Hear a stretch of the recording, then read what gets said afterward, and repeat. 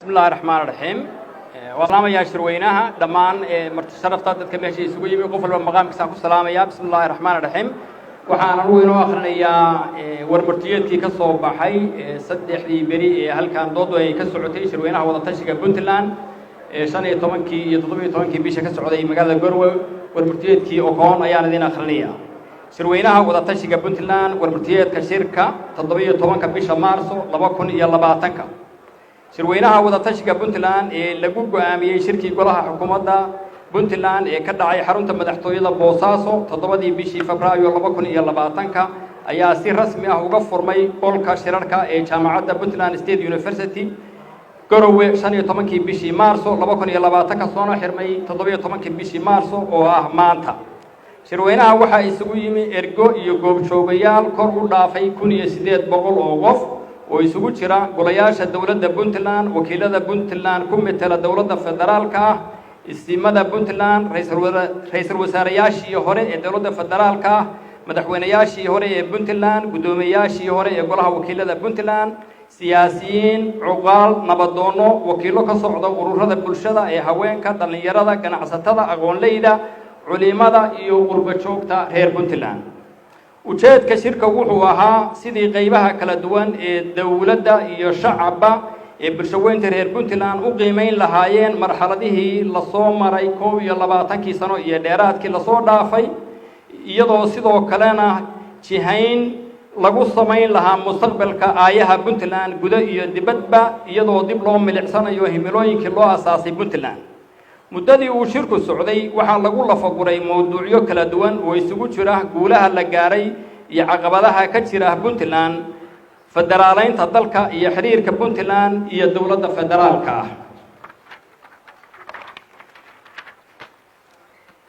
khudbado iyo dood kooxeedyo socday muddada 3 bari ah shirweynuhu wuxuu soo saaray qodobada soo socda go'aamadii shirka qodobka koowaad midnimada siyaasadda iyo maamul wanaagga ayuu quseeyaa shirweynuhu waxa uu ku baaqayaa in la adkeeyo midnimada iyo wadajirka ummadda Soomaaliyeed iyadoo loo marayo nidaamka federaaliga ah ee lagu heshiiyay shirweynuhu wuxuu si gooni ah ugu mahadcelinayaa hoggaanka dhaqanka Puntland doorkii shariifka ahaa ee ay ka qaateen asaaskii dawladnimada Puntland iyo kaalinta ay ku leeyihiin midnimada iyo wadajirka bulshada shirweynuhu wuxuu bogaadinayaa horumarka baaxadda leh ee Puntland ku tallaabsatay muddadii ay dhisnayd horumarkaas oo ay ka mid yihiin dhismaha hay'adaha dawliga ah bixinta adeegyada bulshada dhismaha kaabayaasha dhaqaalaha iyo kaalintii hormuudnimo ee Puntland ka qaadatay dhismaha iyo taabagelinta dawladda federaalka ah ee Soomaaliyeed shirweynuhu wuxuu hoosta ka xariiqay inay Puntland ku asaasantay 5 gobol ee kala ah bari sanaag nugaal sool iyo waqooyiga mudug iyo degmada buuhoodle midnimadaas iyo wadajirkaasuna yahay dastuuri lama taabtaan ah sida ku cad dastuurka Puntland dawladda Puntland iyo dadkeedaba waxa waajib ku ah xaqiijinta iyo ilaalinta midnimadaas dhuleed iyo dadeed shirweynuhu wuxuu sidoo kale ugu baaqayaa dhammaan ummadda Soomaaliyeed inay ku wada noolaadaan nabadgelyo isqadarin iskaashi iyo wada noolaansho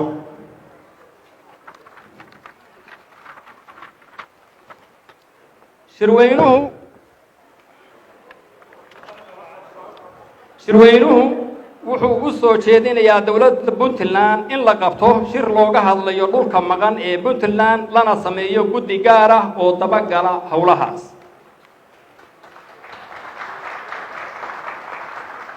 shirweynuhu wuxuu aqoonsaday in laga daahay hirgelinta nidaamka dimuqraadiyeynta Puntland wuxuu garowsaday in nidaamka xisbiyada badan ay qayb muhiim ah ka tahay xal u helidda tabashooyinka ka jira matalaadda siyaasadeed shirweynuhu wuxuu bogaadinayaa dawladda Puntland ee xilligan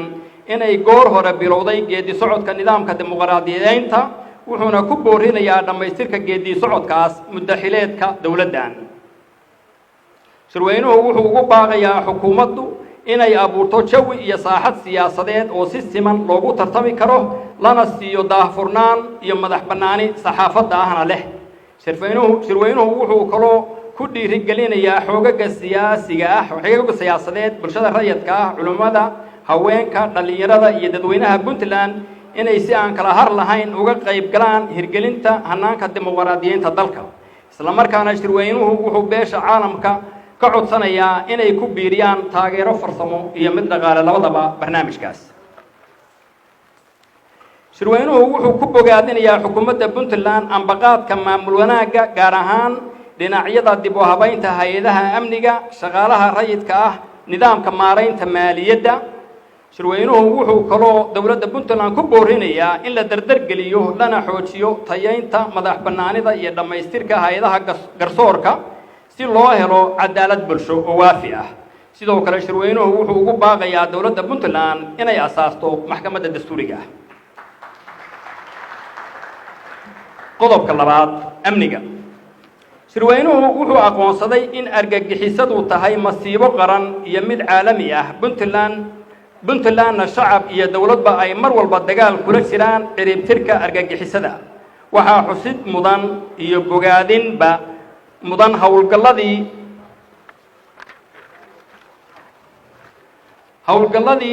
la dagaalanka argagixisada ee sida wadashirka ah loola galay kooxda al-shabaab ee soo weerartay deegaanada Garaaca, Suuj iyo Garmaal sanadkii 2016 iyo la dagaalankii Daacish ee Buraha Qandala. wuxuu shirweynuhu ku boorinayaa inay Soomaalidu iska kaashato beesha caalamkuna ay gacan buuxda ka siiso xukuumadda Puntland sidii cadowgaas al-shabaab iyo Daacish loo ciribtiri lahaa loogana sifayn lahaa silsiladda buuraleyda Goolis iyo guud ahaanba Soomaaliya.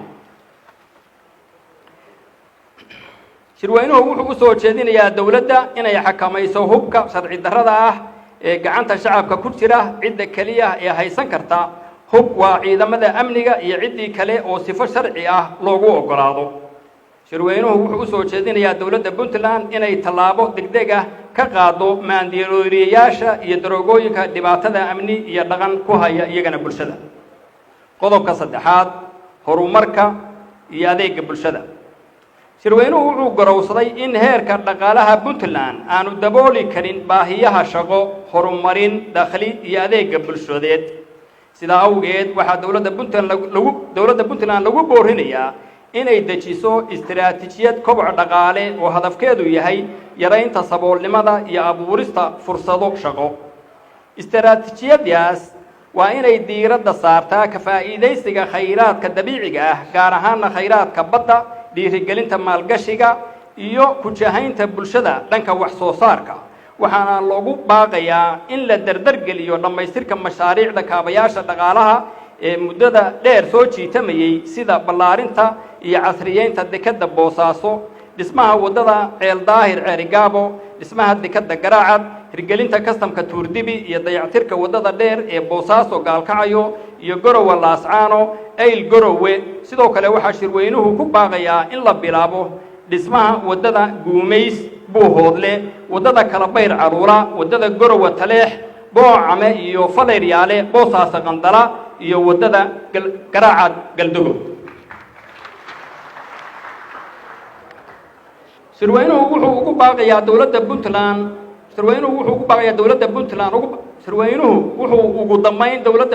ugu baaqayaa inay si degdeg ah ula timaado qorshe cad oo looga hortegayo cudurrada faafa gaar ahaan cudurka hadda taagan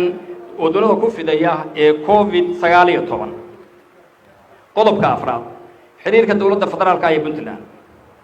shirweynuhu wuxuu qirayaa in dowladda Puntland ay si mug leh uga soo baxday kaalintii kaga aadanayd dhismaha iyo taabagelinta dowladda federaalka ah, taas oo ah hadaf ka mid ah ahdaaftii Puntland loo asaasay 1998.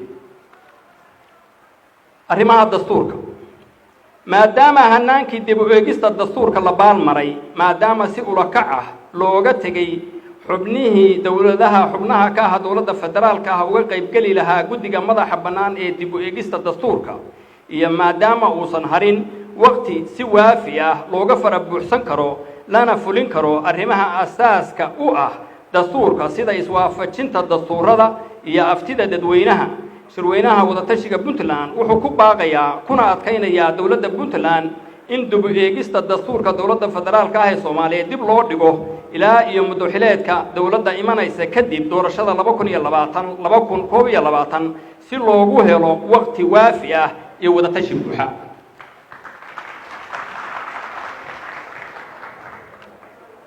arrimaha doorashooyinka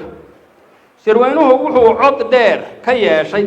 shirweynuhu wuxuu dood dheer ka yeeshay doorashooyinka 2020 iyo sida looga gudbi karo xilliga kala guurka ah sharciga doorashooyinka oo ay ansixiyeen labada gole ee baarlamaanka federaalka madaxweynaha jamhuuriyadda federaalkuna saxiixay dhammaadka xileedkii dowladnimo ayaa leh caqabado asaasi ah oo aan la aqbali karin una cuntami karin mustaqbalka dadka Soomaaliyeed caqabadahaas waxaa ka mid ah wuxuu sharcigu isku dhafayaa nidaamka deegaan doorashada iyo xisbiyada badan oo dastuuri ah iyo nidaamka awood qaybsiga beeleed ee 4.5 loo yaqaan oo ka hor imanaya dastuurka dalka u degan sharcigu wuxuu dastuuri ka dhigayaa hanaanka awood qaybsiga beelaha oo ay ahayd in laga gudbo oo aan marna noqon karin sharciga dalka sharcigu ma abuurayo nidaam doorasho siman oo xildhibaanadu ku soo baxaan maadaama sharciga la ansixiyay dhammaadkii muddo-xileedka dawladda dalkuna uusan dhammaan ku wada jirin gacanta dawladda waxa adag in dalka ay ka dhacdo doorasho qof iyo cod ah isla mar ahaantaana shirweynuhu wuxuu go'aansaday inaan la aqbali karin in wax muddo kordhin ah loo sameeyo hay'adaha dastuuriga ah ee dawladda federaalka ah qodobka shanaad haddaba shirweynaha wadatashiga Puntland wuxuu ku baaqayaa in si degdeg ah ay saamilayda siyaasadda ee dalka isugu yimaadaan shir wada tashi si looga heshiiyo qaabkii lagu geli lahaa doorashada 2020 waxaana shirweynuhu soo jeediyey in dawladda Puntland qaadato doorka qaran ee kaga aadan ayna fidiso gobol Soomaaliyeed oo loo dhanyahay arrimaha federaaleynta dood dheer ka bacdi shirku wuxuu walwal iyo walaac ka muujiyay in nidaamka federaalka ee saldhigga u ahaa axdi qarameedkii jamhuuriyadda federaalka Soomaaliya uu sii wiiqmayo dawladda federaalka ahina ay ka weecatay nidaamkii federaaleynta dalka gaar ahaan wuxuu shirweynuhu walwal ka muujiyey faragelinta qaawan ee lagu hayo dawladaha xubnaha ka ah dawladda federaalka ah iyo nidaamyadooda gudaha arrintaas oo ka soo horjeeda dastuurka ku-meel gaarka ah ee dalka faragelinta ciidamadeed ee keentay dhimashada dhaawaca iyo barakaca bulsho ee ka dhacday doorashadii koonfur galbeed ee Baydhabo doorashadii galmudug ee Dhuusumareeb iyo colaadda gobolka Gedo ee hadda taagan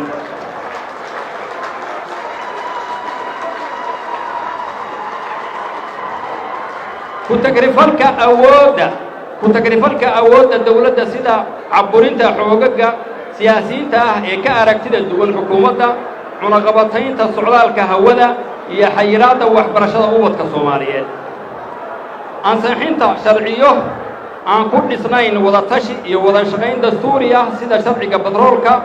midka doorashada sharciga hawada iyo sharciga isgaarsiinta arrimahan oo dhan waxa ay baalmarsan yihiin qodobada dastuuriga ah ee 53aad 54aad 120aad iyo 142aad ee dastuurka ku-meel gaarka ah ee dawladda federaalka ah ee Soomaaliya qodobka 7aad shirweynuhu markuu arkay in la baalmaray heshiiskii dhisidda siyaasadda amniga dalka ee tibaaxayay tababarka qalabaynta iyo hoggaanka ciidanka ee la saxiixay ka hor shirkii London 2017 wuxuu shirweynuhu walaac ka muujiyey in ay dawladdu dhisayso ciidan dhinac u raran oo aan isu dheelitirayn khatarna ku noqon kara amniga xasiloonida iyo wadajirka dalka shirweynuhu wuxuu ugu baaqayaa dawladda Puntland inay xisaabtan dhabax kala gasho dawladda federaalka iyo dawladaha gacanta ku siiya dawladda federaalka ah dhisidda ciidanka qaranka Soomaaliyeed labadaba qodobka 8aad shirweynuhu wuxuu walwal weyn ka muujiyey siyaasadaynta deeqaha ee dawladda federaalka ay ku hayso deeqaha caalamiga ah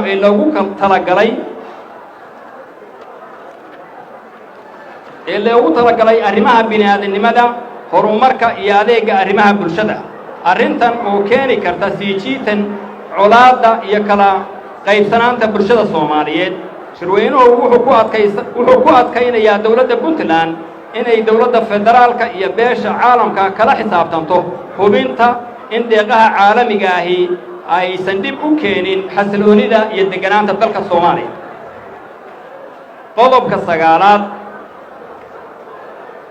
shirweynuhu wuxuu dood iyo falanqayn dheer ka sameeyey qaabka wada hadalka dowladda federaalka iyo Somaliland iyo saamaynta ay arrintaasi ku leedahay dowladda Puntland. shirweynuhu wuxuu hoosta ka xariiqay inaan cid kale go'aan ka gaari karin dad iyo dhul ka tirsan Puntland sida waafaqsan dastuurka ku-meel gaarka ah ee federaalka Soomaaliya.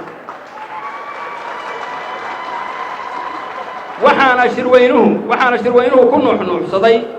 in dalku leeyahay nidaam federaali ah oo ku salaysan dowlad goboleedyo xubin ka ah dowladda federaalka ah. wax kasta oo ka baxsan hanaankaas lagu heshiiyey wuxuu khilaafayaa dastuurka ku-meel gaarka ah ee Soomaaliya. dowladda Puntlandna waa inay ka yeelataa wadatashi kana qaadataa go'aanada ku habboon ee dastuurka Puntland uu ogol yahay.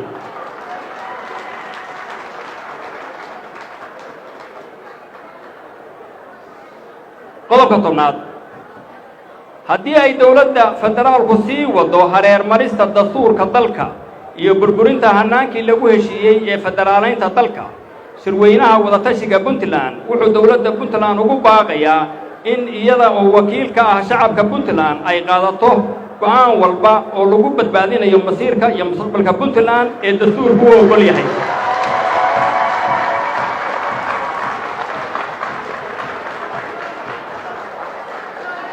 qodobka 11aad ugu dambayntii wuxuu shirweynuhu